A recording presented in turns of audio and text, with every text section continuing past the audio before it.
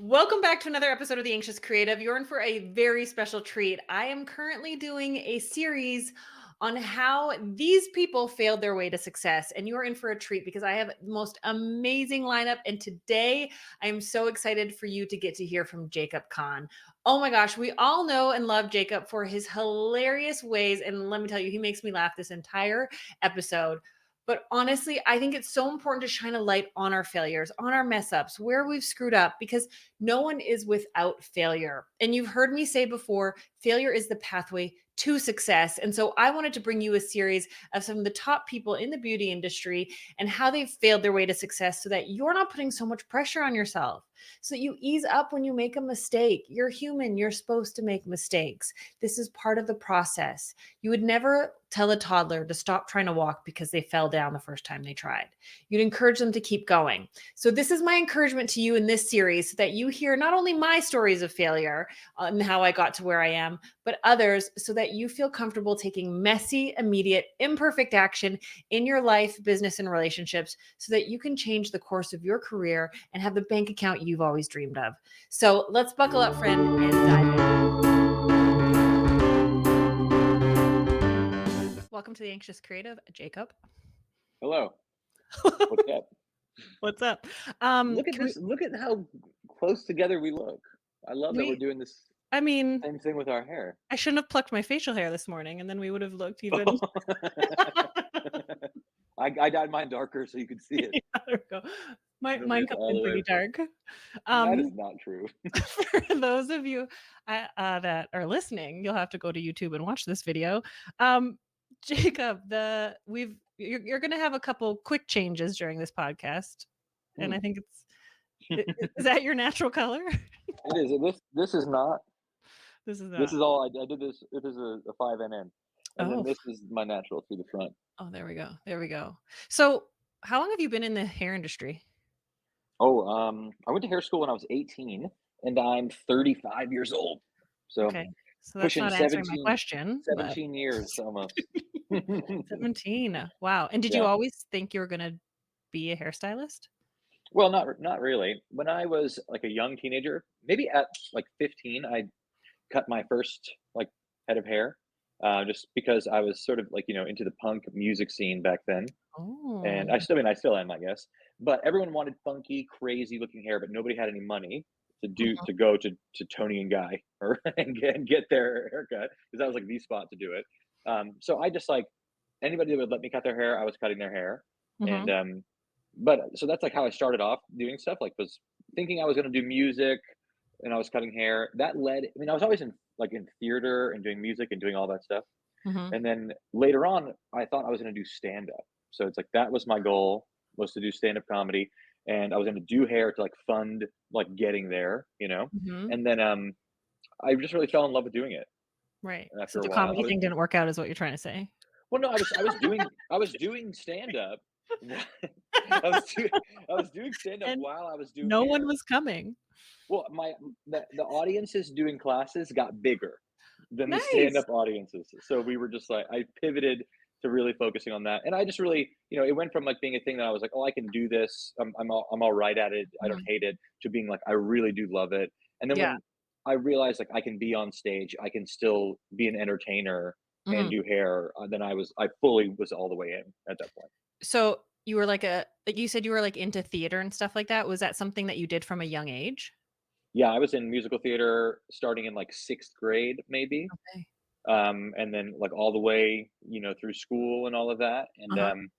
then after I wasn't doing that anymore, I was just finding ways to be on stage in any way that I could, like being in bands, doing the Right. stand up, just anything like that that I could figure out. External validation, that sort of thing.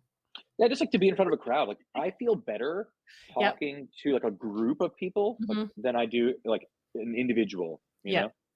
That's what I was just saying the other day, like, I grew up in, like, a mega church where we did these massive productions, and so I didn't grow up in, like, theater, but I grew up in a theater type Hmm. setting where I was, like, singing solos at 5 years old in front of, like, 20,000 people, so I learned how to have stage presence, but I'm actually, like, way more awkward. Like, I saw you in New York at the Hairbrained thing, and I was, like, going into, like, a group of people and trying to start having conversations is way harder for me than to be on stage talking to Yeah. people. than just address the crowd, you know? For Yeah. me, it's like one person, like, if somebody comes up to me at a show and I always am very flattered if someone wants to say hello, and I love that, but at the same time, I'm like the whole time I talk to them, I'm like, "Why are you so awkward? Why am I such a weirdo?" Like, this person is gonna leave here being like, "Oh, I'll never meet your heroes," or whatever, like, it's pretty That's yeah. It's totally different yeah. offline than online. That's, like, my big thing. I always tell people if I come across, because 'cause I've been told multiple times in my life, like, "I thought you were such a bitch when I first met you." And I was like, "Oh, no, I was just having a panic attack internally." But it Yeah, comes it's like, I across. just couldn't talk. Yeah, and but, like, I don't, like, appear as, like, the shy, quiet person. My, like, defense mechanism is to look like I'm pissed off, supposedly. I Mm. don't I don't see it how other people see it, but supposedly they're like, "Yeah, you just looked like you were like, 'Stay the fuck away from me.'" And I'm like, "Oh, no, I was, like, literally like, 'What am I doing here? Don't belong here.' Like, what's going on?" If it's any consolation, I did not think that "Oh, about good." you. Thought you Yeah. seemed What was your first no impression? We met in September. I mean, I thought you were nice and normal, you know, So easy to talk to. perfect. You Um, know? so I wanna, like, detour on this stand-up thing because I didn't Okay. know this, and I love it, and you're hilarious, and I recently started dating somebody new, and he was like, "You gotta do stand-up," and I was like, You "What?" what? Oh, Yeah, and so I was like, "I didn't know it was funny," and I think I'm just awkward, and that's comes across as funny, but I signed up for a weekend stand-up course. awesome. I didn't go back the second day. It was really bad. Oh, what happened? Why? It was like I don't we can continue this conversation off the podcast. You started it. No, you I have to know, I say it. just trapped myself. Is it It is was, you're a good public speaker, I know that. So, do you? Have you yeah. seen me public speak? I feel like that's what you do for a living, is it not? No, it is. You talk No, about having nervous poops on stage. this is true. Yeah, and I thought, I was like, "Oh, I'll take this stand-up course and, like, it'll help me with my presentations," but it was more for people who hadn't done any public speaking. Ah, okay. And then the guy was, like, really inappropriate, and I have a hard time when he's like, "Anything goes," like, whatever, which is I understand, but then, like, if he got offended, he's like, "You can't do that," but then he was, like, being really offensive, and I was like, "This." What offended him? Can you tell us what offended him? Yeah, one guy yeah, one guy went up and was swearing a bunch, and he was like, "This is my religious belief, and I'm not okay," and I was like, "But you were also, like." He was like, And what was he okay with? Yeah, like, that's the real yeah, question. what the things he was okay with, I'm like, "Ooh." Okay, this is a little this doesn't align with my values. So do So you I think will you go and do an open mic, like, try and do a set somewhere? see, here's the thing is, like, it scares the crap out of me, and I'm like, but I wanna do things that scare me, but Yeah. it feels really vulnerable to I can like, at Masters of Balayage, I got up on stage and I made people laugh, but I knew my purpose wasn't there to make people laugh, so it wasn't like the pressure, where I feel like Mhm. going to an open mic like, even so I was in New York and I was gonna come do karaoke with you guys, but I got end up getting sick, and I was like, "Oh my god, I don't think I can sing in front of people." Like, that and even though I used to, like, Mhm. compete, but Really? At singing? yeah, I used to do music festivals. This is things that people don't know. That's actually one of my questions. I was gonna say, what's something most people wouldn't be surprised to know about you? But I think my own answer to that is, like, that I used to competitively sing, but I don't think I'm a good singer. Well, you must have did you win anything? Like, 2nd place. So you must be pretty good. Mm, eh, You're better than everyone but one person yeah, in all those things. I don't Well, know. you know, I was in a I small think, like, town too, let's remember that. I grew up in a very like, 20,000 people, it was, small like, 2nd town. place out of, like, it was 2, like, you and Yeah, one other person. exactly. It was My me and my grandma arch rival in high school. my grandma won, bingo one time, and I was Mhm. all, like, happy for her, and I was like, "How many people were there?" And she was like, 2. There was one other person. But I was actually a joke, a question I was gonna write down that I didn't was, do you have a good joke you could tell us? No pressure. I Fun. mean, The cheesier the better, honestly. Dad jokes welcome. okay, dad jokes. I mean, it's like there's, like, doing, like, a setup joke in these moments like that Yeah, like a callback for is later. funny. Here's one of my favorite jokes that is not even a joke, it's more of, like, a sentence, okay? Okay. So, and it is not one of my of course, not one that I made up, but I think it's something that I love, and I just I laugh every time that I hear it or say it. And you'll understand. Where in Canada are you? Calgary.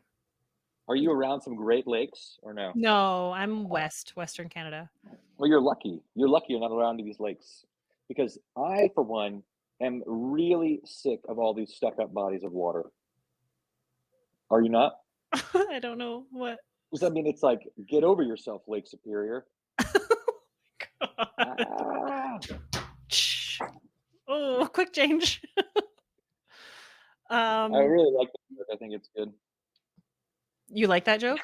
Yeah, I love that joke. It's like such Okay. a great joke, I think. Normally I have a joke on hand, but I don't have one right now. So we'll have to work on our stand up and like go do an open mic Well, together. when I was doing stand-up, it's more stories, Yeah. you know? So I'm like telling a story of something that happens and like trying to be funny in the retelling of this story. Yeah. You know, and it's funny because we just did this little interview about like 5 things that inspire us.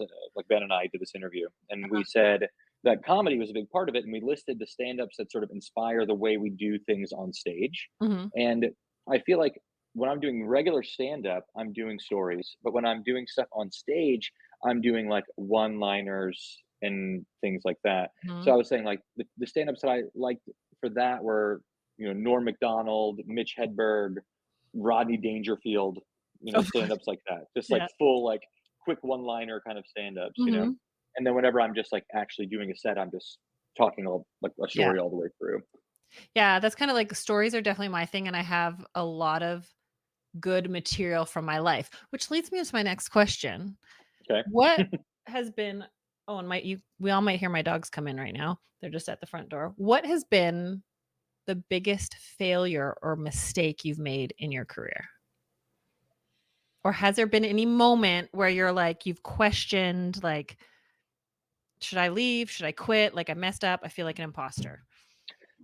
I think uh, like two different questions really, but I do the second thing I do have like a moment, and it was really early on that I was like, I don't think that I should do this or I can't do this. Mhm. And for me, it was like I think maybe having short hair and never having done stuff like put my hair in a ponytail Mm. or done a braid or like used a rubber band in hair or whatever. Like all that Right. stuff is hard for me to learn in the beginning. Yeah. And cutting was sort of easier for me just because I mean when I was like cutting my friend's hair doing like it was like all emo like scene hair. Mhm. So I would straighten everyone's hair. I would use a razor. It was on dry hair. It could be really crazy looking, punk, explosive looking hair. Mhm. And I felt like sort of overly confident doing that sort of thing, just visually cutting. But then when it came to be like, we did ponytail day in school, like in the Ponytail beginning, day. like trying to learn how to like do like a directional blow dry to a ponytail, like a Mhm. snatched ponytail. And I just could not figure out this rubber band. I just like hated it so much. And then maybe like my first year on the floor, I'm like trying to do updos and stuff at that point Mhm. and it's like homecoming, and there's this girl that I give her this little bun kind of a thing, Mhm. and she's fine with it. Like, she's not thrilled, but she's fine with it. And her mother comes in and hates it. She despises it, and tells me to like take it down. Doesn't want her to wear it or whatever. Tell me to do something else. I'm like running out of time. I'm sort of taking it Mhm. down. And the mom like just pulls her out of my chair, and she cries. The little girl cries, and they leave. You know and then I go out behind the salon, there's these steps back there. I sit on the steps and I contemplate whether or not this is something that I want to do because I was just like, Yeah. man, I was just so defeated by this lady, you know, that and I know she drinks and she's on Ambien at night and wine. And it's not her fault because if you ever done that, if you drink and take Ambien and you try to stay awake and then take your kids to the mall where I worked, you say stuff you might regret, and she might regret it. But There her was name was one time that I took an Ativan and had a nap, Nice. and and then and then and then let me continue. Yeah, that's the story. I took an It's Ativan, funny. had a nap. It was a great nap. Yeah, No, I'm sure it was. I had gotten in a fight with my then boyfriend, and it was the night of my staff Christmas party, and I took an Ativan, fell asleep, and then all my friends from work were like, "Come out to the bar," and I'd forgotten I'd taken Ativan, so I had a Nice, yeah, couple drinks. So I know a similar feeling. It really perked me up more for than sure. yeah, I did cartwheels on the stage at the bar Did that you night. message the guy? Did you message this guy at I all or anything?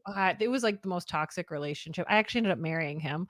Um, yeah. Are you married? Oh, you're married No, too. I was only married for 2 years in my late 20s. Yeah. Oh, okay, okay. Fun fact. Married at 26, divorced at 28. We're finding just all things that people don't know about you. Yeah, yeah, that one I talk about it sometimes, but probably, you know, not a lot. It's not the lead Yeah. story. Like, hi, no, Um, I'm divorced early. yeah. Married, divorced, damaged goods. Good to meet you. Um, so with that, but no, prescription meds and alcohol do not mix well, correct? Yeah. Or depending on how you look at it, they Or they mix really great. do. They make it perfect. We're not promoting this. I am not a Of doctor. course, it's not medical advice Right, either. but I can't imagine dealing with a mother like that. Yeah, and going back to, like, a very vulnerable story you're talking about when you were wanting to, like, leave the industry and dealing with that.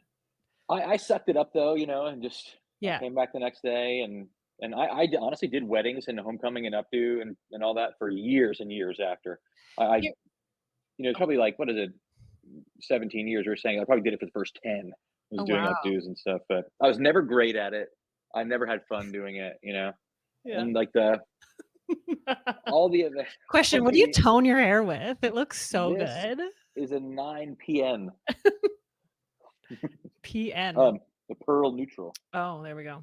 Let me tuck this So way. good. Ooh, I like that. And Yeah, this is the that's vibe good. I know. That's like that Yeah. emo vibe. Yeah. Scene hair, right? Tonight So, will be the night that I will fall for you. what is your go-to karaoke song? Okay, so we take karaoke Very real seriously. serious. So really not like we're not serious, like we're not like sticks in the mud about it. But I would say that I go into a place that does karaoke and I try to read the room. And I'm Okay. like, what does this Because room you're want to it's hear? not for you, it's for the audience. You're performing. For sure. I never want to do these like private karaoke rooms unless we have a huge group of people, Mhm. like 20 deep at least. But it's really like we want to do public rooms. We want an audience. We really work the room like while we're on stage. And I try to like figure out what will they want to hear, Mhm. you So know, would you do a Backstreet Boys karaoke for me then? like right now. Yes. I mean, you just offered. Yes, I would. Okay, 3, 2, 1, go. Like pick a song. Um, oh, I Want It That Way, of course, or Backstreet's Back. All right, here we go. Hold Wow, I love on. this. Do you feel like the bangs are fitting? Yes, that's very Nick Carter-esque, 1999. Can you hear this? Yep. I love it. You are my fire, the one desire, and I know. Oh, I know the words. And I You say say, I want it that way. Tell me what. No. I forgive I'm you. That's going. very good, very good. All right. Okay, sorry, I interrupted because I got excited. So you read the room and you Uh-huh. find out what the people wanna hear. With a guess, really. We're just trying to figure out what do we think that they're going to want to hear. Like Yeah. like we were in Jacksonville, Florida, Uh-huh. and it was like a bunch of like broy dudes in there, Mhm. Mhm. like fratty kind of guys. Yeah. And I was like, all right, we're gonna do Creed. And Oh. Creed really brought down the house there, Yeah. like really amazing. We go to Nashville. I do a lot of Can country take stuff in you Nashville. higher. Sorry. Yeah, exactly. I think I did With Arms Wide Open, but Oh, I you loved know, that song. yeah, I mean, it's great. It's Mhm. what is it like 8th grade, something like that? Really good stuff. For yeah, I'm a little bit older than you, but yes. Would you like to reveal your age on your podcast? Have you Of done that? course, take a guess. Oh, I thought we were the same age. Oh, great. Yeah, essentially. Plus You're 5 years. I you're turned four, I turned 40 40 even? last year. Yeah. You made it. So, 2 more months till I'm 41. Congratulations. Thank you. It's better over here on this side. I call Like, it the no fuck 40s, and it's true. I thought you meant like over the Canadian border. I Over was like, what do here. you I mean, It's better to be 40 here. They really yeah, at at 45, least they treat us well. at 45 they send us a letter about you might want to edit this, but they send us a letter about 30% off assisted suicide or whatever. No, you just that's just winter. Yeah, that's the assisted. I just like read a bunch of articles about this happening in Oh, the Canada. MAID program, like the assisted suicide? Yeah. I mean, I didn't know it was called made. They should call it unmade. But anyway, that's that seems like they're pushing you towards it. I would say don't do it, Don. You don't. You Life's essentially over at 40. What do I have to live don't do for? it. Don't do it. They're like, this Um, healthcare system, it's free, but it's expensive. You guys, we might need to thin the herd a little bit right now. yeah, I Anyway. always talk about like I told my story on stage in Nashville about I had a massive panic attack August 30th, 2016. Mhm. Um, and it was over like the pressure I was putting on myself for work. And I thought I was dying that night, but it was just a panic attack. But I always tell people like free healthcare is great until you have to sit around for 6 hours in the ER waiting to see a doctor. To get that one Ativan or That whatever one you Ativan, yeah, and I was, like, throwing up every 20 minutes, like Wow. yeah, it was my body was doing some sort of purge, and that's when I realized, like, "Oh, I think I have anxiety." And have you've taken some big steps in your life and career and everything to change that sort of thing, or Wait, who's interviewing who right now? or just embrace it? Yeah, no, so that was so in 2014, I was 31 and I like packed up everything. I had a salon, like a 400 square foot space that I worked alone. I had a house. I had, I was 31, so I was divorced at 28. So, it's kind of like figuring out my life, had things settled down, and I like packed everything up and moved to a brand new city where I knew no one and just restarted thinking like, oh, nothing like I'll restart and everything will be good. But I hadn't done my own work. So everything followed me.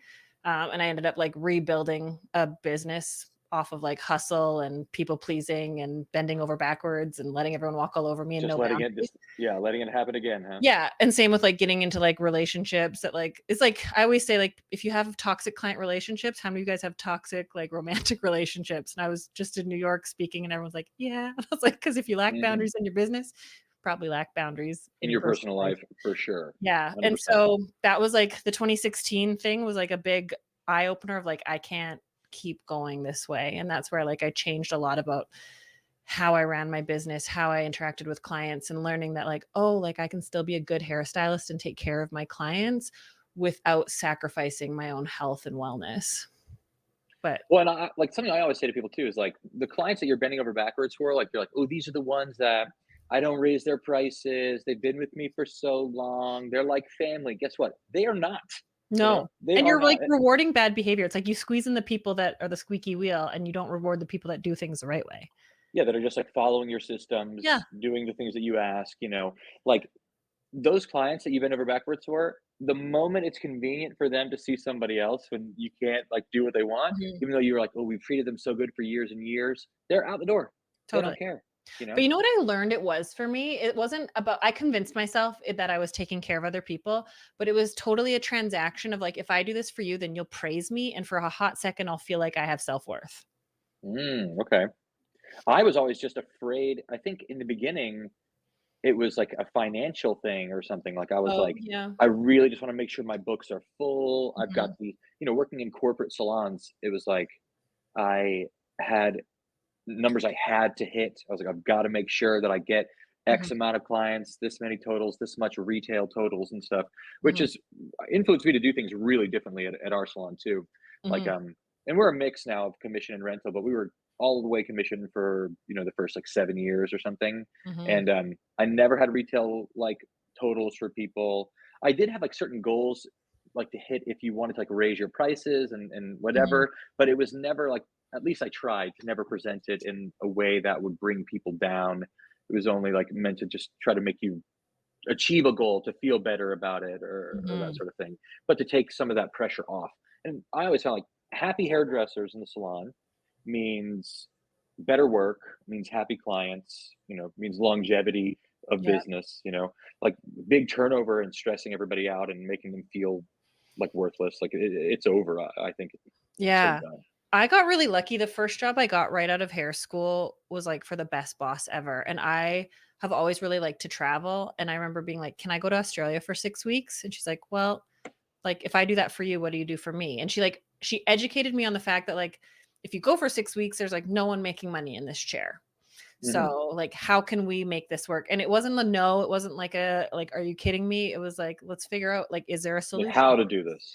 Yeah. And she always like, I like went over to the UK and lived for 13 months, came back. She's like, you always have a job here. She made it.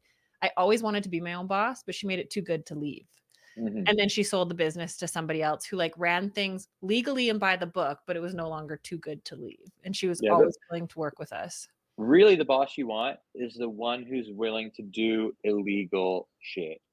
Like like the one that is like, "We don't even know I don't even know Trudeau. I don't even know about taxes." True.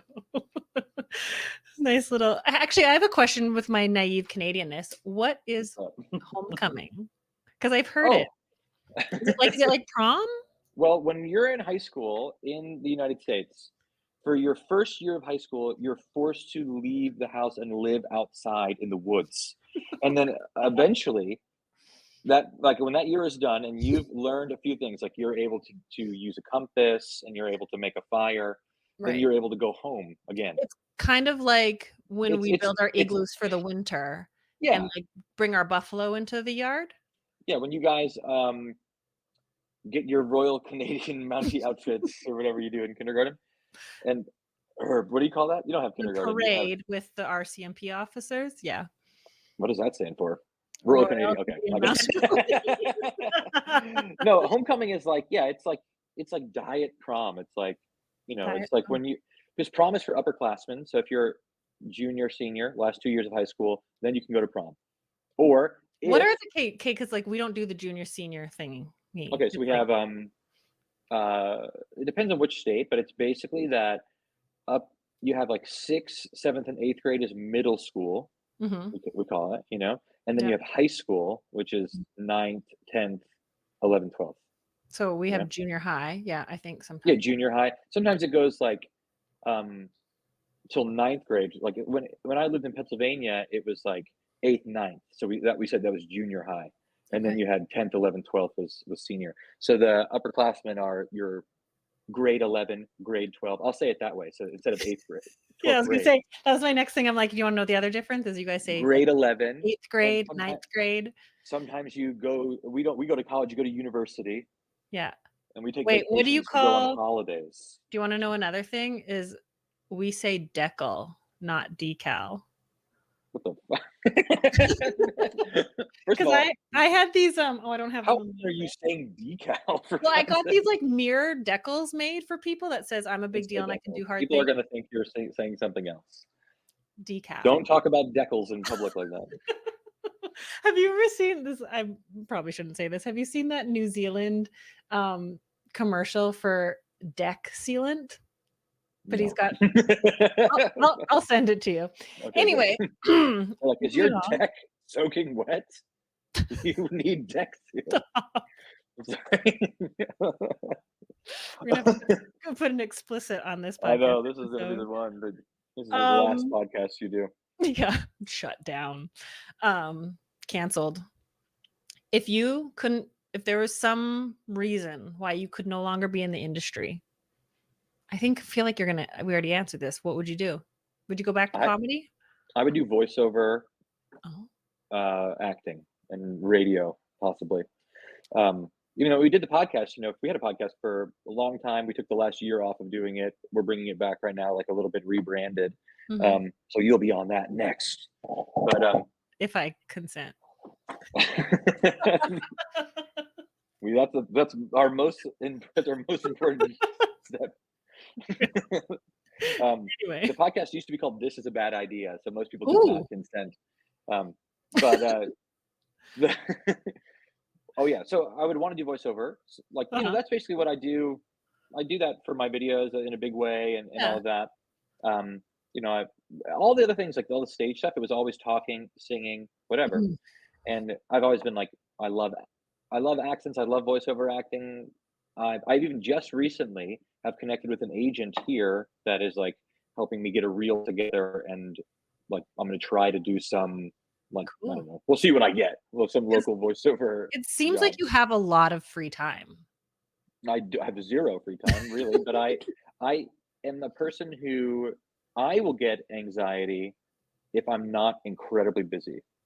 Like, Interesting. I have a very difficult time taking, time off. Mhm. Like, I don't sit, like, for a long time very well. Mhm. Um, like, I really do feel better if I have a lot if I'm juggling a lot of stuff, Right. you And know? so how do you stay organized? I have a lot of great people around me as Mhm. well, so I've Mhm. built a really good team. Mhm. Like, I have an entire back end partner for the business, Mhm. so as far as, like, paperwork, making sure that we don't go to prison for the way we deal with the money and all of Now that, now you're gonna get the IRS is gonna listen to this and Yeah, they're understaffed as it is. No, I don't know. But no, we do everything really by the book, really. But only Mhm. because I have somebody who is very good at office work, very good at organization. Yep. Um, so it's like they take care of that. I Yep. have the salon manager and everything here. My younger brother is my current like protege in the salon, learning to do hair, but he's also kind of my Okay. personal assistant and helps me stay organized and on track. Then I have Ben Yep. as well. Like he's very good at a lot of things. Like I mean, besides the hair and the presentation, which he's amazing at, Mhm. he is very particular. So it's like he books the travel, he finds the hotels, he does it. He like just Detail really orientated. yeah. Like I'm more of like I don't plan and I just like go full force, like Mhm. whatever. Yeah, and just things like we'll make them work out. But it's really a combined effort of keeping all of that stuff organized. And it took a while to get that way. Like in the beginning, I was very nervous about delegating, and I would try to do all of it for like the first few years. I'm still And nervous at delegating because, like, I remember the day that I realized I was a control freak. A client of mine was like, "You're a control freak." I'm like, "No, because 'cause I'm not a perfectionist, I'm just particular." And then as I heard myself say it, like, I was like, no, "Oh, yeah." I'm It going to sort of control this conversation right now. yeah, exactly, No, and I'm I'm like, not. "Huh," and it feels really I think it's like a fear of, like, being misrepresented or, like, having to take responsibility for other people's Sure. mistakes is really hard. Oh yeah, absolutely. And like we've gotten into this point now where some of these bigger events and stuff that we're doing are completely independent. Like we're putting Yeah. them on. Like if anything goes wrong, it's on us. And in the past, it's like, oh, you do an event for one of these big companies, a mic doesn't work, this is late. Mhm. There's not enough seating. Something happens. You kind of go like, oh, talk to whoever, talk Yeah. to Ball Pitchell about that. But but now now it's like it's totally on us. So Uh-huh. I feel like I've become even more of like, look, when we do these shows and stuff, usually Mhm. people are like, "Don't stress, it's gonna be fine," and I'm like, "No, it's only gonna be fine because we like go full force to make sure that everything works." And I micromanage it down to the very like last second. But One thing that even like, I haven't put on a big event or anything, but one thing that I, like, have learned and I don't know if it's just, like, time, experience, age, like, just, like, stopping giving fucks, I'm not really sure, but learning to be, like, more okay with mistakes being made, and I used to think if I was paying someone to do a job, they could never make a mistake, which is mhm, totally setting someone up for failure, and learning yeah, to be like, "I'm okay with you making a mistake once, but if you make the same mistake again, then it's like, okay, where how do we fix this?" But now I used to do independent education with hair painting, like open air balayage all the time, and my biggest fear was that I'd mess up during a class. And I'm like, "What would I do?" Because then I'll be exposed as a fraud. And then I remember the day that, like, something switched where I was like, "I actually hope something doesn't go right so I can show you people how I would deal with it in real life." like, look how And vulnerable I am. I'm so I'm so approachable and vulnerable. Um, that's there's this actually, one like, time. something people tell me a lot is they're like, "I love how vulnerable you are." And I was like, that's not what makes me feel vulnerable, but thank you."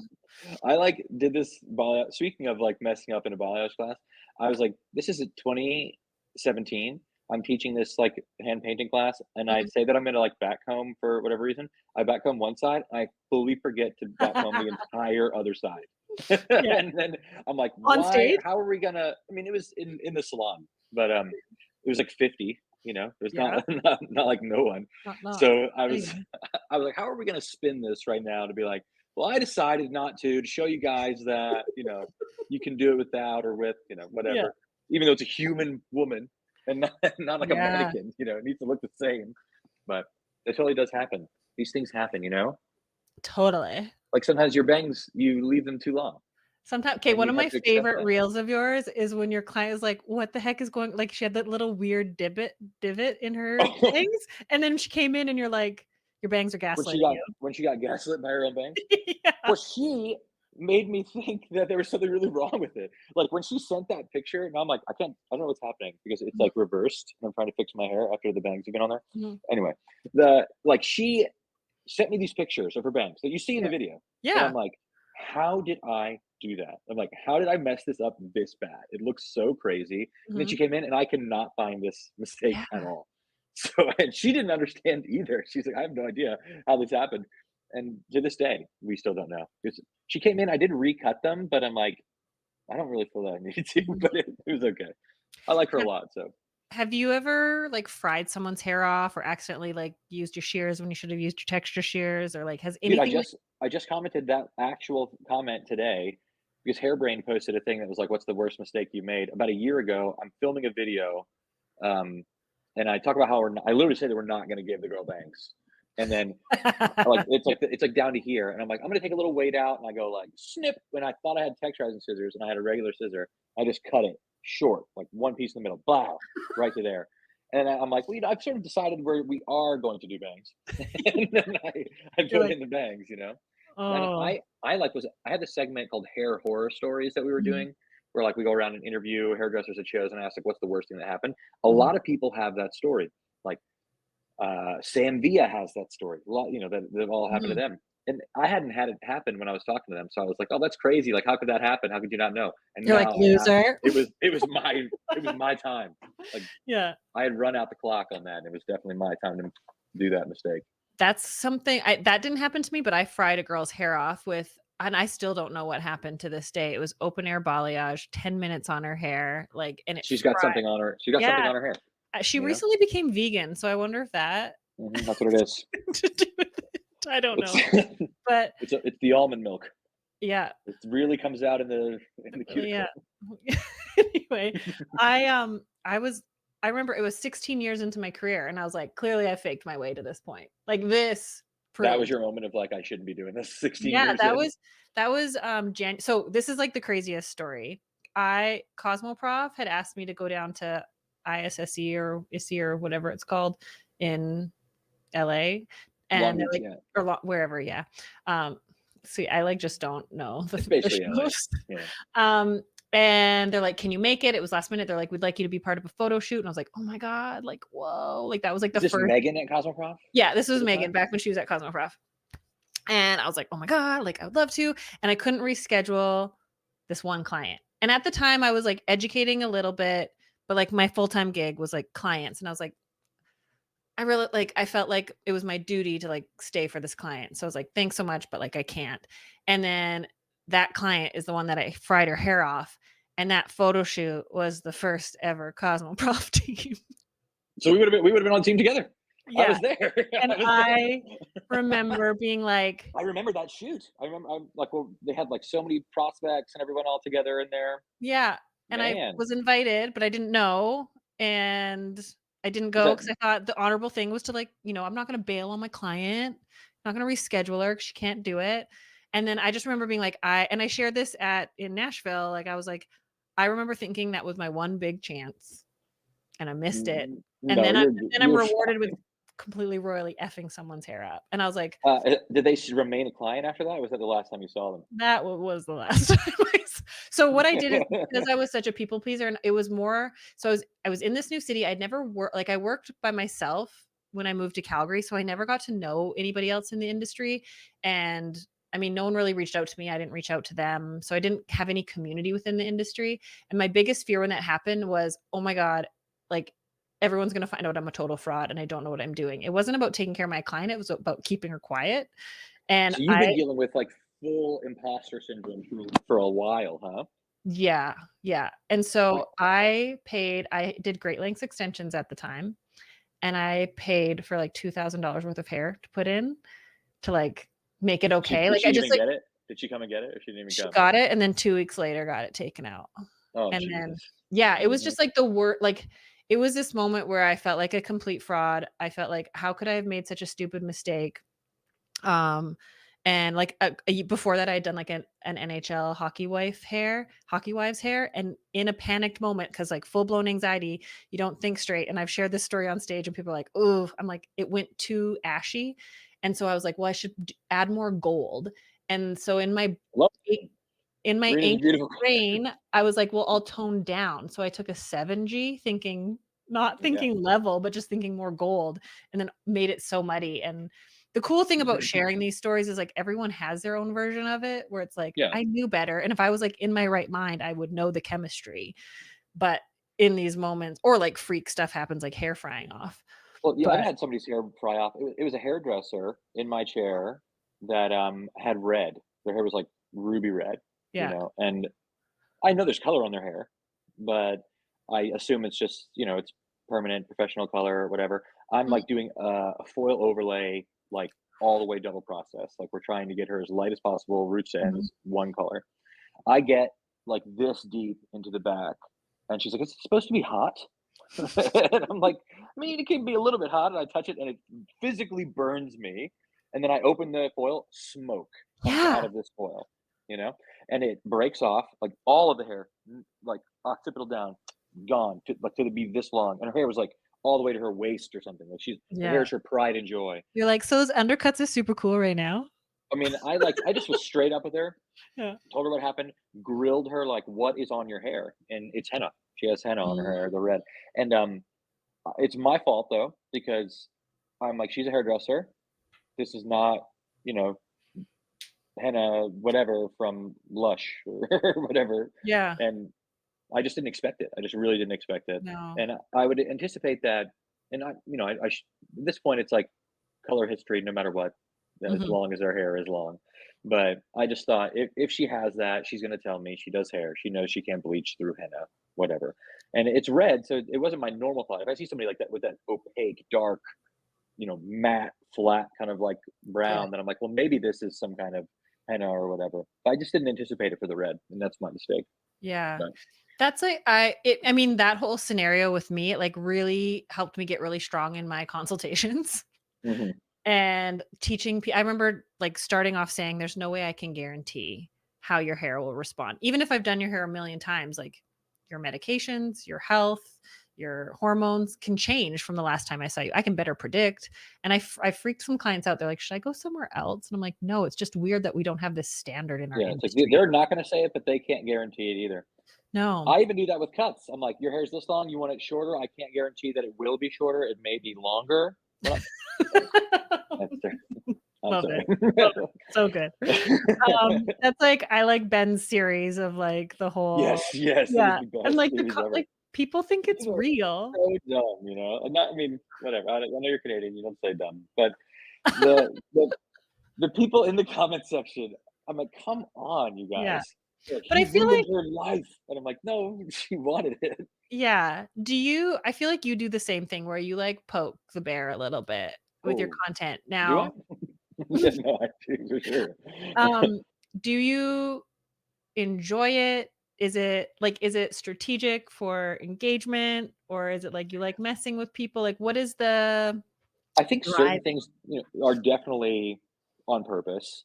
Like Yeah. the other day we did where Ben is holding 3 scissors at one time and, like, cutting with 3 scissors, and we were like, "Who's got the time for, like, one?"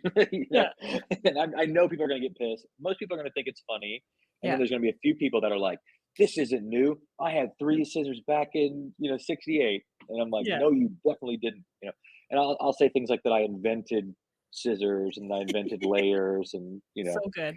I just think it's that the industry takes itself like these hairdressers take themselves so serious, Mhm. and it kills all the fun. Like I Yep. think the most important thing to me in life is to have a good time and to laugh and to, Mhm.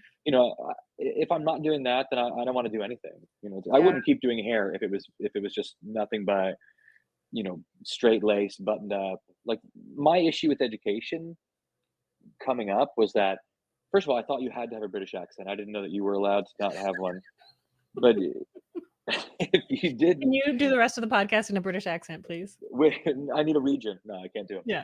I've Liverpool. done it, and they get a few British friends are like, "That is horrible, and you should never do that again." Um, but like these educators think of themselves like professors, like in a Mhm. college or something, like, and I'm like, you're literally teaching me how to cut bangs. Like, would you relax? And it wasn't fun. Like, it Yeah. was more stressful than anything. So we're wanting people we're trying to trick people into learning by entertaining them at the same Mhm. time. And Yep. I also like know that nobody is for everybody is the way I think about it. So I can dilute myself down and my personality down so that I'm room temperature, I'm lukewarm, and nobody has a problem with me, I and really nobody like room temperature water. I do too. I So mean, I don't want any cold water. I don't like ice. Okay. But my wife loves like freezing cold water. I'm like, do you not like to be able to drink it? Like it's yeah, very cold, you know? actually, and, like, Chinese medicine is, like, it's not good to have cold water, so Mm. there's that. I was talking to Tell your G the other wife. day. He said that. No, I'm just kidding. Anyway, no. You got a lot to bleep out of this. Anyway, no, but what were we saying? Oh yeah, so you're not for I'm the everybody. worst for going on tangents. I love it. No, I literally say at the beginning of class, like, I'm going to get on a lot of tangents. We will get back to the haircuts. But if you do that, like, and I always think like nobody who did anything great, like, had no opposition to that thing. Like, if it's really going to be something interesting and new and, you know, expressive or whatever, it's not going to Mhm, be for everybody. Like, there's going to be a lot of people that don't like it. So I just have never, at least I'm always trying to not let that sort of fear of like people not liking me, people being mad about it or whatever, like hold me back. mhm, So I've leaned into it the opposite direction in some ways, and I feel like mhm, it tailors my audience to mhm. be people who are going to like me. People Yeah. who get the kind of thing that we're going to do. I Like mean, if there was somebody who came to a show recently, not to sorry to interrupt or whatever, no. but um I got this review, like, after a thing that, like, we had hundreds of people there, all positive reviews. I have one negative review that, like, is essentially saying something about, um, my personality or whatever. And they're like, followed him for a long time, couldn't believe he would say X, Y, and Z. I'm like, well, clearly you haven't, because that, like, I'm just every day, putting myself out there in as raw of a way as I possibly can. Yeah, that's interesting. Um, and it's funny because, like, I don't know if about you, but, like, I can get, like, 100 positive things, and, like, if someone I was gonna ask you, like, what offends you or, like, what will get under your skin? Because it seems like You you know are what gets under my skin? It's not even like those things about me don't really get under my skin. Mhm, Like, I people like leave a mean comment. I think it's kind of fun. I'm like, ooh, I'm all excited to like respond in a way to like make them feel stupid or something. mhm, Um, what gets under my skin is I really go to bat for my friends and hairdressers, mm, like in general that I like and mhm. whatever. So like Yeah, if somebody is like, for instance, like if somebody said something about Ben that was mhm, negative, or if somebody said something about one of our ambassadors or something like that, like yeah, I would go like full force in their defense, you yeah, know, way more than I'll even defend myself. right. So like that sort of thing does definitely bother me. I also like I'm not afraid of confrontation even one little bit. So it's like let's say we're in public and someone is like rude or whatever. I'm like, num, num, num, num, num. I get to be, I get to do this right now. Yeah. Especially if I'm right. I'm like, yes, like Oh, this yeah. person's a jerk, and I get to like make sure they know it. I mean, I'm always right, so I totally get that feeling, Mhm, like, I if understand completely. yeah. But, like, last week at the gym, I was trying to find, like, a handle to put on the cable machine, and I, like, couldn't find it, and a guy came over and, like, grabbed it, and I was like, "Oh my gosh, it was right in front of me, thank you," and he's like, "Just needed a man's look," and I What like, an "Jacob, you do not understand how much that." I, like, looked at him, I was like, "Are you kidding me?" He's like, He's like, shoulda kept that in the fridge by the sandwich ingredients. Yeah, and I, Then like, you would know. I refused to make eye contact with him for the rest of the class. I was like, "No, you're" yeah, Oh, like I forgot this was a group class, so this mhm. dumbass it's not just somebody like Not just at the in gym, the it's class. gym. Yeah, Yeah, he's this like, is just someone you're interacting with. Wow, yeah, that's amazing. talk about things that get Well, under my skin. I had some mansplaining gets under your skin. Is that like oh, specifically? oh, yeah, like, let's not even get on the topic of Let mansplaining. me tell What you why is that's not such a big mansplaining, deal. Jacob? Can I tell you why that's not a big deal and why no, why it's wrong for you to Maybe be you upset don't about know that? what mansplaining is. Let me tell Let me you. explain that to you. Um, Oh boy. Yeah. This is good. Okay, so I was gonna read as you were saying that, I was gonna read you I'm in this, broadcast channel thingy on Instagram. I don't know. People Mhm. ask me to teach them social media sometimes. I'm like, I don't know it. It doesn't make I don't really understand it. But it says, remember, if you're not being criticized, you're not pushing hard enough. Once you Mhm. accept that criticism is a byproduct of success, you won't feel the need to defend yourself or react to your critics. Yeah, and Thoughts? I think that it to me, like, that rings true, but at the same time, I think people get afraid of, like there's this, like, "Don't feed the trolls," Mhm. thought out there, like, if someone says something mean, ignore it, whatever. I go opposite, I'm like, whatever negative they're giving me, I turn it up to 11 and I give it right back, you know? Yeah. But never do it my advice would be to never do it in a way where you're trying to change their opinion, where you're Yeah. trying to change their mind, because you're not gonna be able to. Like, they Mhm. are out there to get a rise out of people, so you have to go Mhm. the other Yeah. direction, like I'm always like, "Oh my god, thank you so much. I really yeah, appreciate your feedback." like, do something like that, like, confuse them, like, confuse them. Like, there was this lady, I can't remember, we'll call her Barbara, probably named Barbara, Yeah. and Sorry, they Barbas of the world. they said something mean or whatever on there, and I said, "Barbara, this is exactly why I stopped working at the bank. Every year it was something like this with you." And, like, I'm just hoping and praying, like, "Please work at a bank. Like, please work at a bank," because, like, it would be so she's gonna be like, "Oh my god. Like, what did I Yeah. do? How did I this is horrible." Or this is a new one that I've been doing the last, like, like, maybe 6 weeks, but it is you can do it a lot, and it messes with them to their core, and they don't understand why. Is you put their actual name in quotes. You go like, "Okay, whatever, Dawn," Yeah. like, whatever, like, Brandon, like, Yeah. anything like that, and they're just like, "I don't even why is that? Why is he doing that?" But never argue to make a No. point, 'Cause that's that's the when whole they get you. premise. Yeah. They've got you, yeah, just I had one only I felt like I made it when I got, like, one, like, I was like, "Oh," but this guy was like, "Well, my wife just" because of this, my wife canceled her appointment, and I no longer worked full-time behind the chair at that point, so I was like, "Okay, like, clearly bullshit," and mhm. so I Wait, was he, like, was acting like his wife was coming to see you? yeah, and I was like, "Oh my god, like, when was her appointment?" Like and he's like, "If I told you that, you'd look her up and then you'd troll her." And I was like, "Really?" And just, like, kept going on and on. I was like, "It's funny because I don't take clients." And then Yeah, it's like, "Oh, well, I don't do appointments, so you're yeah, a liar." shut it down. Yeah.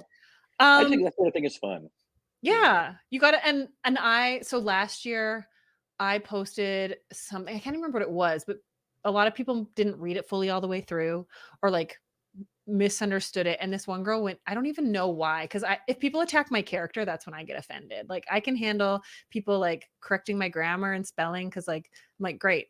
Like, I suck at grammar. I don't teach it for a reason. Sure, Um, yeah. I'm a horrible right typer, all that, autocorrect. I'm like, I am efficient, so I don't proofread. Like, did you understand my point? Because that's the most important thing. But this girl, she left a nasty comment, and I, for some reason, clicked on her name and looked at her stories, and she didn't tag me, but she went on for 3 minutes about how awful of a person I was in her stories, and I should have never like, I would have never seen it otherwise, right? And she lives, like, 3 hours away in another city, and she's like, "Let me talk about Don Bradley." And her whole What's her point name? I don't remember, You know? but her whole point was exactly the same point as mine, she just completely misunderstood it, and she's like, "Shouldn't be bashing people online," and I was like, "I mean, I feel like that's what you're doing right now." But Do I they like have a lot of following? The no, person who was bashing you? No? no, no, but I hated how much it bothered me, and I think so I got diagnosed with ADHD a couple years ago, and this, like, rejection sensitivity thing, like, I was like, "Oh, this makes sense." Like, anything that I have such a hard time with people being critical, but I'm wondering, like, have you always not had like, has it been something that you've developed the confidence that you have? Or No, I've been just, like, perpetually overconfident. alright, It's you're a gotten me in a man. lot of trouble over like, I Mhm. mean, literally, like, to the point where, like, I had to go to wilderness what things people don't know about me. I had to go to Yes. wilderness program as a kid. I got expelled from school. I used to have very bad anger issues. I was fighting all the time, Mhm. all that kind of stuff. But I just was never afraid of a situation, so it's like Mhm. somebody would say something, I would just like jump into a fight or whatever. And I think like part of that is insecurity now. I can recognize it as insecurity, but at the time it felt like like confidence because I was like, oh, I'm not nervous to get into this. But the real thought is like that I felt like I had to do it, in order to have value. I couldn't be made fun of or whatever without like doing something like that back. But Interesting. took all of that. And I always say like hairdressing sort of saved me in a way because I took all of that energy of being like this bad kid and getting in all this trouble and whatever, and like channeled it through doing hair and like I said, Mhm, I like to be really busy. I like the whole idle hands thing is real for me. mhm. I get myself into some trouble. Um, Even like with my mouth, I get myself into trouble. You? I couldn't. Like, Ben will like escort me out of rooms. He's like, "Okay, we've had enough for Yeah. today. But Jake's leaving now." But no, I've always had a lot of confidence in. I guess it depends. Maybe it depends on the situation or whatever. But I've I've always like gone into situations feeling like I was going to win or it was going to work out. And I think in a way that if I've been able to work it out that I am not arrogant, not narcissistic, and just like Mhm. using the confidence in a positive way, it's been a benefit to me. But it wasn't always like that. It took me a long time to figure out how to channel it. Yeah, and this will be my last question for you. Was there like a pivotal moment where things shifted that you kind of, I don't wanna say, like, found, like, the softness to your confidence rather than the compensation of confidence, but does that kinda make sense? Like, Yeah, I like that phrasing actually. Um, I'm a wordsmith. yeah. You're a regular P. Diddy.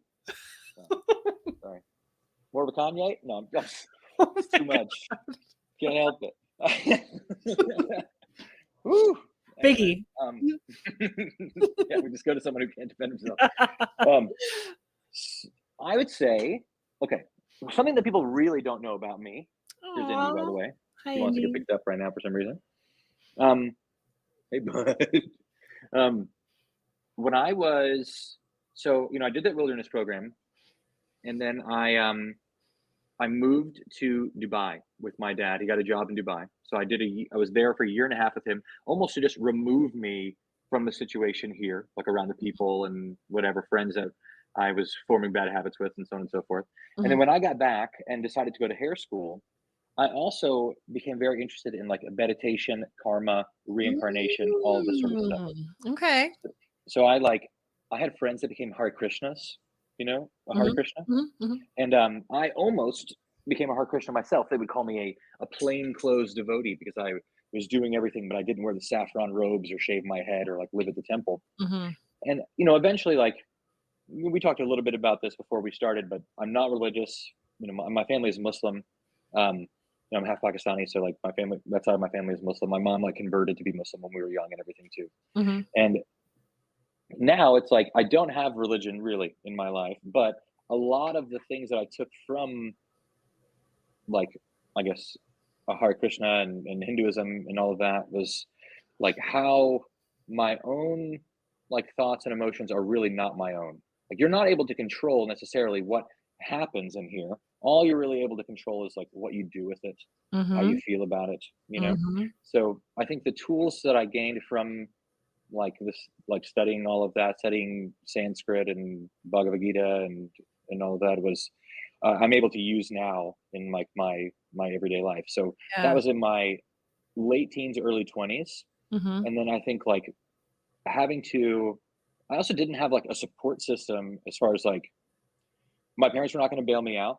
They were not going to pay for anything. Mhm. They might borrow money, whatever. And I love them. Not trying to, I'm not dissing them at all or whatever. It's just we No. weren't in the situation where if I get in trouble, I need money, I need this paid for. Like that was not going to happen for me. It Yeah. was just not an option. So I think like realizing that as I was starting to become like a professional and work or whatever into my career, that I didn't have another option. Like I Mhm. had to make this work. I had to say like, okay, we can't just bulldoze through everything and not care what happens if, Mhm. and so like taking the tools from all the meditation, being able to like control my thoughts and emotions and having these goals that I knew like it was going to require me to make it work. Like early 20s I think is when I started to really turn it around and like make something of myself more than just being this insane wrecking ball of person. I think it was fun. Like, I was fun. Yeah, But I was it was like the crazy. kid who followed all the rules, talking about like growing up quite religious, like I followed all the rules and then I like kind of tiny rebelled. And then it wasn't until like I would say like at 28 when I went through a divorce that I was like acting like most 18-year-olds do. That's when I like Partying. really, yeah, really started. Well, I partied a little bit in my early 20s when I lived in the UK, but I like my biggest flex over the last year is like healing my nervous system because having like those panic attacks and stuff, the triggers got smaller and smaller where like just like seeing my phone, not even like seeing a text from a client, but seeing my phone would like Stress you out. would put me into panic. So like doing things to calm my nervous system and bring it back down to whatever it's supposed to be. And then also like the recognizing your emotions without reacting to them Yeah, is that's what I mean. huge. Like Yeah. seeing that. Like I'm. The whole thing with Hare Krishna is that, letting go of your ego. And when you say ego, not even just like your like puffed up ego, but like you are not this body, you're not this Mhm. person, you're not even your thoughts. Like that's all material put Yeah. on you, and you're this eternal thing underneath all of that. So you get to decide what to do with it. You know. Yeah. And like learning because I used to be very reactive. I was gonna read what I posted on my Instagram stories today was from a book that I was reading while I was on the toilet this morning.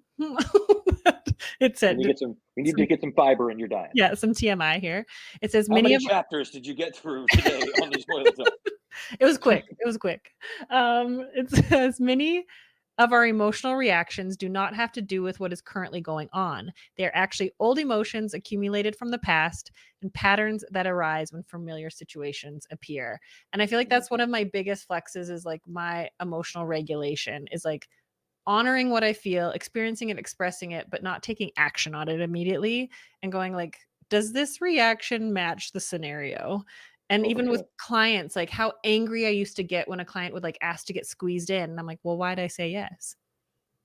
Right. Well, I Like, think even just like being able to, like you said, like the timing of your reaction, to take a moment and think about, like, all right, is this like am I having a reactive moment, or is this a real like thought? Is this a real like valid emotion, mhm, or am I just like being reactive in this yeah. moment? Like the other thing I think that helped me a lot too was starting to do things for other people and not Mm, just do things like as a selfish teenager or yeah. whatever for myself. And I think part of it was like having to sort of fend for myself a bit Hmm. growing up made what is that? It made me more selfish, but it made me like I'm number one to me. No one else is going to do this for me. I've got to do it. All that sort of thing. But then when I started to mentor other hairdressers, Mm, like maybe 2014 is when I had my first apprentice, a girl hmm. named Kate. She's right out there right now. She still works here, and like I think that changed me a lot. Like having someone else's success be part of my responsibility, like really caring about whether other people were growing around me and not coveting my success and making sure to like spread it out as much as possible has Yeah. it softened my confidence. You like that term? I like it. I do, yeah, Do you read? Do you read books? I do. I'm currently reading Hidden Potential by Adam Grant. Have you read it? I have not, no. So he says in it, the best way to learn and grow is to mentor. Yeah, and I tell people too, like, even just in terms of, like, learning to cut a haircut, best way to learn and get better is to have to teach somebody else how to do it, Yeah. So, like, I think I was emotionally growing by having people's well-being be a Mhm. part of my responsibility, Yeah. and then I got to be a much better hairdresser by like, having to know how to explain it. Like, it's Mhm. one thing to be able to do it, but it's like, why? To Yeah. tell somebody why and for it to make sense, then I understood it better, like, working through those thoughts. That's really cool. Who knew you were so deep? I didn't. Well, I try to make sure I don't present it as You're like, very "This is oh multi-layered. shit, we're recording." I This literally have worn a bunch of fake bangs growing up. it's when So you took the bangs off that you got real serious. I should put Would them back on. would you say that your humor is a defense mechanism? Um, I wouldn't say directly no, because it's No. like I think it is just genuinely who I am Mhm. and how I react to things. Like I do think like if there are hard things in my life, I will make jokes about them. Mhm. I'd rather make a joke than Yeah. wallow, Yeah. but it's also not like I think Not saying it like primarily. it's a defense mechanism makes it seem like it's kind of a negative, and it's one of my favorite things about myself, really. But Yeah. so I mean, I can definitely use humor as a way to deflect, but I also just like love humor. Like watching stand up is like one of my favorite things. So I didn't know that about you until we recorded this, and that's so awesome. So you have what? Tell everyone like what? How can people get connected with you and like be in your world more? well, they can you can always follow on social media. You know, on Instagram, it's Jacob H Khan, and it's Khan. People are always doing it backwards, like Kahn, but the H is first. Mhm. We've got our scissor company. You can follow at Fancy Scissors. And then on TikTok and YouTube, you can follow me and Ben and Allie and everybody under these like umbrella ones called Fancy Hairdressers. Mhm. We've just sort of gotten into doing YouTube in the last year or so, but it's going pretty good, I think. And then we've got a website, fancyhairdressers.com. It's like subscription based education. So we've got cut, color, and style, like dozens and dozens of hours of video on there now. But only $15 a month, no commitments there or anything like that. Our podcast is coming back out soon. That's, you know, the Fancy Hairdresser podcast.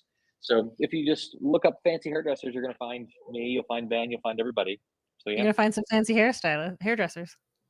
And you know, the whole thing about saying fancy is that we're being tongue in cheek. Like Yeah, it's all simple. It's all fancy. very real, Yeah. relatable, normal.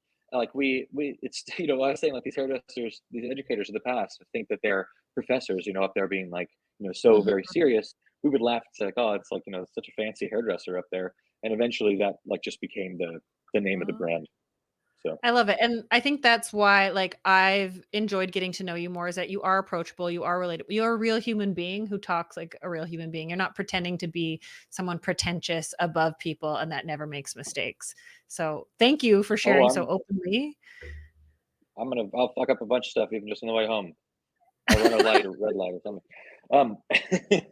But yeah, I mean, like, I think we take what we do seriously. I don't take myself very seriously at all, you know. Yeah. And I've also never wanted to be like an influencer. I've always Yeah, I just like hate that term.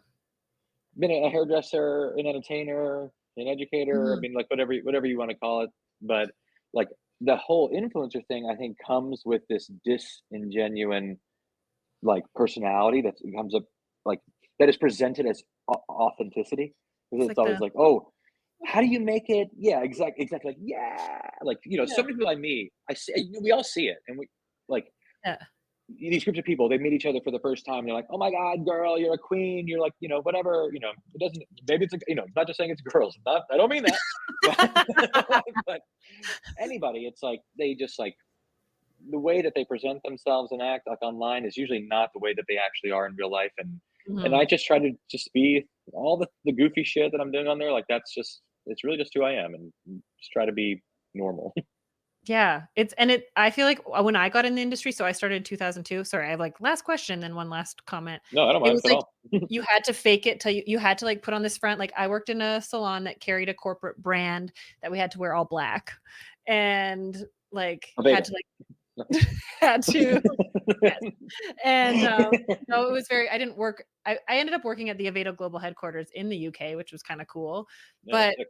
it was like very regimented and like trying to undo that training. Also, like growing up in like a very follow these rules in this church, I still struggle to be like, what is the right thing? What is the rule? And I like live in the gray zone in my life now where like nothing's black and white. And also like I just the moment that I've allowed myself to be me, even though sometimes I struggle with like kind of putting on a mask or being a chameleon. The more I be me, the less pressure I take off myself to have to be something I'm not. For sure, it's way harder to pretend than it is to just like Yeah. be yourself and accept that maybe you know like we said not everybody is gonna like you. I Yeah. think like you just gotta always be yourself. You never want to pretend to be anything that you're not. You don't want anyone to think like that you know, like I would never even do like extensions Totally. because I don't want people to think that my hair is Like, longer than it is or anything is different about me than it I mean, was. really, if we're gonna be our authentic selves, we probably shouldn't even cut or color our hair because that is not the way Well, that look at you. You've achieved that. You're doing this reverse money piece that you've got going on. that's my natural. I know, I Okay. know. I I was like, assume this it was isn't real. I stopped coloring my hair March 2020. Really? What Yeah. was it like? What were you doing with it before? It was like black. What? And I mean, you had to do your roots every 10 minutes then. Yeah, every 3 weeks. I hated it. Yeah, and I I get like the natural. I think it's totally cool. me too. I do have some extensions in there to make it pop a little bit brighter. Like, that's That's an extension in front? right there. What's the method that it's in? It's Great Lengths. Bubblegum? Oh, Bubblegum. There we go. it's in there good. Yeah, but it's like matches for the It most. does match. Yeah, I would not have known. You didn't have Perfect. to reveal it. All right, I'm ready to reveal something about myself too. Okay. These bangs are not even real. Oh my god. They're not real. I feel like I don't even know you. I'm so sorry. I think I can't publish this podcast. Also, all my body hair, extensions. Extension. Extensions. It's they're Things I they're didn't Bella, need to know, and I they're don't. Bellamy. Yeah, It's I'm Bellamy. gonna have to go get a It's concussion to called lose my short-term memory. it's a new thing called Body by Bellamy, and, it, and I'm the brand spokesperson. You And need to have like the unfortunately, guys, extensions coming out of your armpit now. it is well, and it's pretty thick, and they're out of hair. So if you have been waiting for your Bellamy extensions to come, it's because it's really all through my lower back, mostly in the top. So it'll come Shoulders. eventually. Yeah. Yeah. All right. Every This year, a little podcast is more. brought to you by Body by Bellamy. Oh, I thought you Follow were really their- going into an ad right there. I was like, this is smooth. Follow their Oh, man. influencer, Jacob. Nice. Jacob, this has been awesome having you on the podcast. Thank you so much for sharing, for laughing, for being real. Like, and yeah, it's been awesome to get to know you better. I have one last question. If you had to pick, would you eat chicken nuggets or nachos?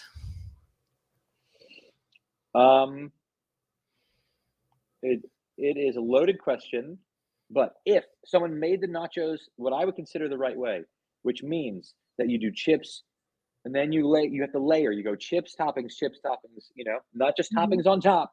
Oh yeah, Then I would you do- got to do like a couple layers of chips. Yeah. Yeah. And it's got to have, I don't want to get to the bottom and it's just chips. Yeah, this was a make or break in our friendship, and I'm glad that we've established this. Okay. So I'd probably go nachos, but if they came out and there was only toppings on top, I would be disappointed. But I don't know if it's just like, is it McDonald's chicken nuggets? I mean, I do love McDonald's chicken nuggets, but you could have chicken nuggets from wherever. I would say definitely if it's McDonald's chicken nuggets. Do we have a place called Zaxby's? You guys have Zaxby's? No, No? but I'm gonna get you something that someone gave me. Hold on. Okay. A Zaxby's chicken finger is great. Oh, is that a little nugget? Rockstar chicken nugget, and I have a nice. program called Rock Your Business, and I call them rock stars. How cute is that? One of my So students. do you go nuggets? Is that what you go in nugget direction over nachos? I feel like I lean more towards nachos, but like if I'm really sad, then I get We chicken go nuggets. Yeah. My wife and I, we always get Zaxby's chicken fingers on like a hangover day. Is that like an Because it's- Atlanta thing, or is that a? I think it's in other states too. It's not Okay. just in Georgia, but it is like a chicken restaurant, like a Yeah. fast food chicken place. But they have just the best little fried. They're not like wings. They're like fingers. Right. Chicken fingers, tenders. Tenders. There we go. Fingers. Like, why does it need to be a body part? That seems weird. You're really order obsessed with body stuff s- today. I'll have 6 chicken toes. No, that's terrible. All right. On that note, All right, perfect. thanks, Jacob. Thank you. Well, there you have it, friend. Another episode of the Anxious Creative Podcast because of you. Thank you so much for tuning in. It means the world to me. And if you want to dive deeper into communication, boundaries, and confidence, go check out my website, dawnbradley.com, for all the resources and programs that can help you build the life, business, and bank account you've always dreamed of. You're worth it, friend. And I'm just so honored and thankful for you to be here and to be part of this community so we can show up real, raw, honest, and vulnerable together, sharing in our failures and our successes, because it's all part of the journey. It's all part of it. And so I want you to be able to take messy, immediate, imperfect action going out from this podcast episode into the world today and have a wonderful, wonderful day. But most importantly, stay weird, friend. And we'll see you next time.